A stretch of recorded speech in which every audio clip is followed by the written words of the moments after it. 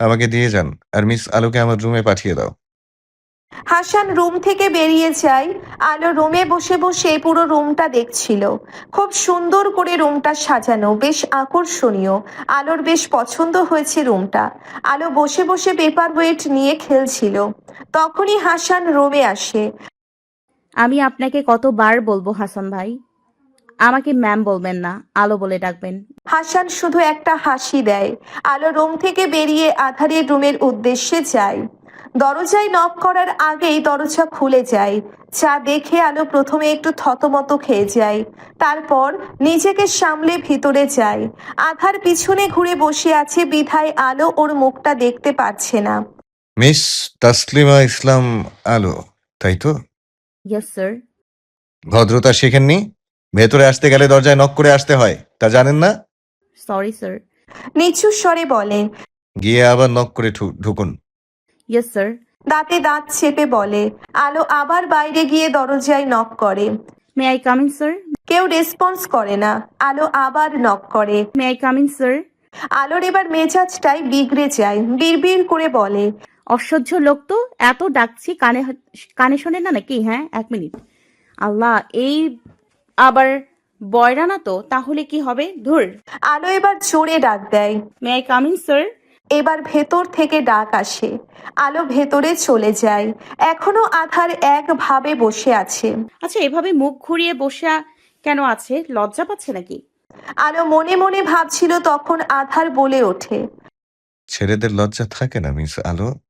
আধারের কথা শুনে আলো চমকে যায়। আরে আমি তো মনে মনে বলেছিলাম, তাহলে উনি বুঝতে পারলেন কিভাবে? কি ভাবছেন মিস আলো? না না না, কিছু না। আপনার সামনে একটা ফাইল রাখা আছে, ওটাতে সাইন করে দিন। কিসের ফাইল এটা? বেশি কিছু না, আপনি যে এই কোম্পানিতে জব করছেন, জয়েন করছেন, তার ব্যাপারে কিছু অফিসিয়াল ডকুমেন্টস। ও, আমি একবার পড়ে নিই। কেন, আমাদের উপর বিশ্বাস নেই? বিশ্বাস না থাকলে চাকরিটা নিতাম না। কোনো কিছুতে সাইন করার আগে তা চেক করে নেওয়া ভালো। ওকে, চেক করে নেন। আলো কিছু পেয়ে চেক করে দেখে সব অফিসিয়াল কাগজ। মনে মনে বলে। ধুর, সবাই তো অফিসিয়াল কাগজপত্র। আলো সব কাগজগুলোতে সাইন করে দেয়। নিন, হয়ে গেছে স্যার।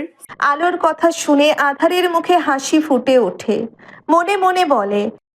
জান পাখি, তুমি আমার জালে ফেসে গেছো, এবার আর পালাতে পারবে না। স্যার, আমি তাহলে আসি? দাঁড়ান মিস আলো, আপনার বসের মুখটা দেখবেন না? আলো সেদিকে ভ্রুকুচকে তাকিয়ে থাকে। আধার ওর মেস চেয়ারটা ঘুরিয়ে সামনে আনে। আলোর সামনে আধারের চেহারা স্পষ্ট হয়ে আসে। আলোর ভ্রু কুচকে যায়।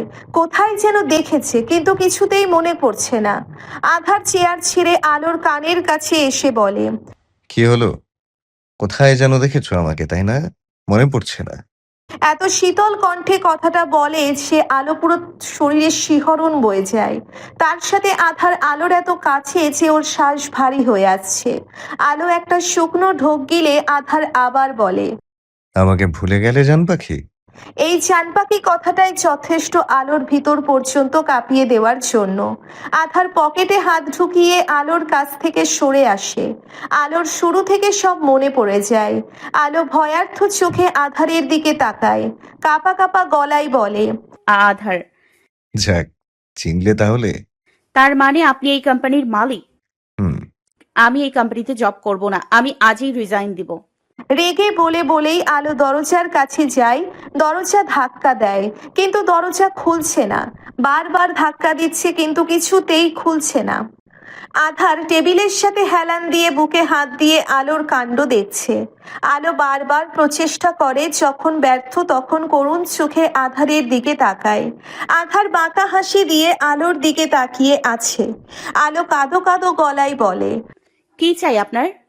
তোমাকে চাই জান পাখি। পাবেন না, আমি আজই রিজাইন দিব। করব না আমি জব এখানে। আধার এবার আলোর কাছে এসে ওকে হ্যাচকা টান দিয়ে দেওয়ালের সাথে মিশিয়ে নেয়। আলো ভয়ে চোখ বন্ধ করে আছে। আধারের গরম আর ভারী নিঃশ্বাস আলোর মুখে আছড়ে পড়ছে। আলো চোখ মুখ নিচু করে খিচে বন্ধ করে আছে। আধার আলোর দিকে একদৃষ্টিতে তাকিয়ে আছে। আধার আলোর মুখ হালকা করে ফু দিতে থাকে। আলো এতে কেঁপে ওঠে। আধার আলোর থেকে সরে আসে। আলো এতে যেন ধরাতে প্রাণ ফিরে এলো। এলো। আধার টেবিল থেকে আলোর সাইন করা ফাইলটা নিয়ে এসে আলোর দিকে তাকিয়ে বলে, কিছুতে সাইন করার আগে শুধু 2 পৃষ্ঠা বললে হয় না জান পাখি, পুরোটা পড়তে হয়। আলো আধারের দিকে জিজ্ঞাসু দৃষ্টিতে তাকিয়ে থাকে। আধার আলোর দিকে ফাইলটা এগিয়ে দেয়। আলো তাড়াতাড়ি পুরো ফাইলটা পড়া শুরু করে। পুরো ফাইলটা পড়ে আলোর হাত থেকে ফাইলটা নিচে পড়ে যায়। আলো মেঝেতে বসে পড়ে। আধার আলোর সামনে এসে হাঁটু গেড়ে বসে বলে, কি হলো, শক লাগলো? কি আছে ফাইলে?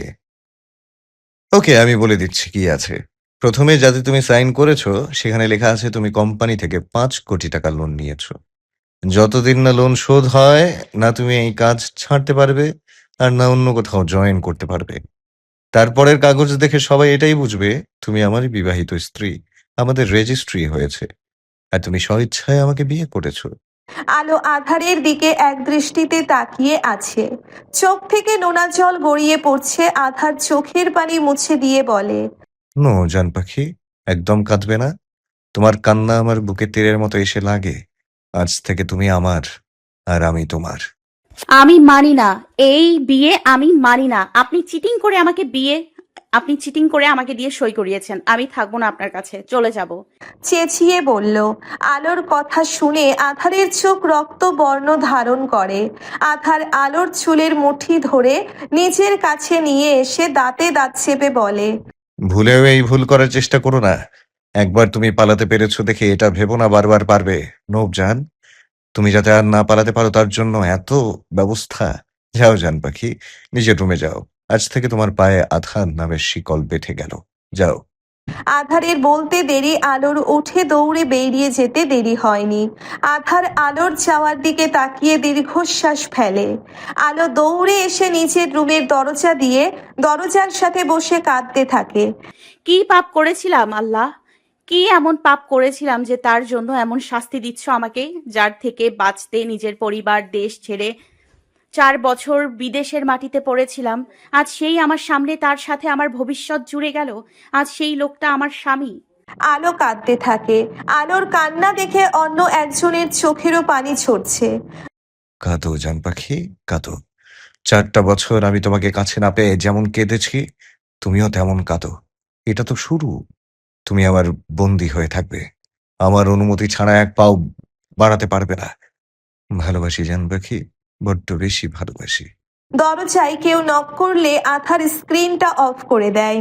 আচ্ছা, বলছি কি, মেয়েটার এবার বিয়ে দিতেই হবে। হুম, এটা তুমি ঠিক বলছো। আমার এক বন্ধুর ছেলে আছে, খুব ভালো। একটা ভালো কোম্পানিতে জব করে। ওদের আলোর ছবি পাঠিয়ে দেখি। তাই করো। যুবতী মেয়ে এভাবে ঘরে রাখা, বাইরের কুনজর পড়ে। হুম, কিন্তু বিয়ে তো দিতেই হবে। তাহলে এখন কি সমস্যা? হ্যাঁ, তবে সেটা অবশ্যই আলো মামুনের ইচ্ছেতেই হবে। উপর থেকে আয়েশার কান্নার আওয়াজ ভেসে এলে সুবি উপরে চলে যায়। সবাই একসাথে বসে আলোর বিয়ের ব্যাপারে আলোচনা করছিল, কিন্তু তারা তো জানে না আলোর বিয়ে অলরেডি হয়ে গেছে। অফিস টাইম শেষে আলো বেরিয়ে যাচ্ছিল। দম আটকে আসছিল ওর। যত তাড়াতাড়ি সম্ভব ও এখান থেকে বের হতে হবে। আলো যাচ্ছিল এমন সময় পেছন থেকে আধার ডাক দেয়। জান পাখি, আধারের ডাক শুনে আলো থমকে যায়, যেন চেয়েও এক পা বাড়াতে পারছে না ও। কোথায় যাচ্ছ? স্যার, অফিস টাইম শেষ, তাই বাড়ি যাচ্ছি। চলো আমি বাড়ি ছেড়ে দিয়ে আসি। না, আমি একা যেতে পারবো। বলেই একা একা চলে যাচ্ছিল, তখনই আধার আলোকে এক টানে বুকের উপর এনে ফেলে আর গম্ভীর গলায় বলে, আমি তোমাকে জিজ্ঞেস করিনি, হুকুম করেছি। ছাড়ুন বলছি, ছাড়ুন আমাকে, আমি একা চলে যেতে পারবো। আলো আধারের হাত থেকে ছটফট করছিল, কিন্তু আধারের হাতের বাহু বন্ধন থেকে আলো যে মুক্ত হতে পারবে না সেটা জেনেও আলো মিথ্যা প্রচেষ্টা চালিয়ে যাচ্ছিল। আধার আলোর অবস্থা দেখে বাঁকা হাসে। আধার আরো শক্ত করে ধরে, আলোকে নিজের কাছে নিয়ে আসে, মুখের উপর ফু দিয়ে বলে, বোকা পাখি, তুমি আসলেই বোকা। তুমি জানো তুমি পারবে না আমার থেকে নিজেকে ছাড়াতে, তাও চেষ্টা করছো। কেন জান পাখি, কেন? আধার আর কোনো কথা না বলে আলোকে কাঁধে তুলে হাঁটা ধরে। অফিসে তখন খুব অল্প কিছু স্টাফ ছিল, তারা সবাই হাঁ করে তাকিয়ে আছে। আলো লজ্জায় কোথায় মুখ লুকাবে তা ও কিছু পাচ্ছে না। কাল কি করে সবার সামনে আসবে সেটাই ভেবে পাচ্ছে না ও। আধার আলোকে নিয়ে গাড়িতে বসিয়ে দেয়।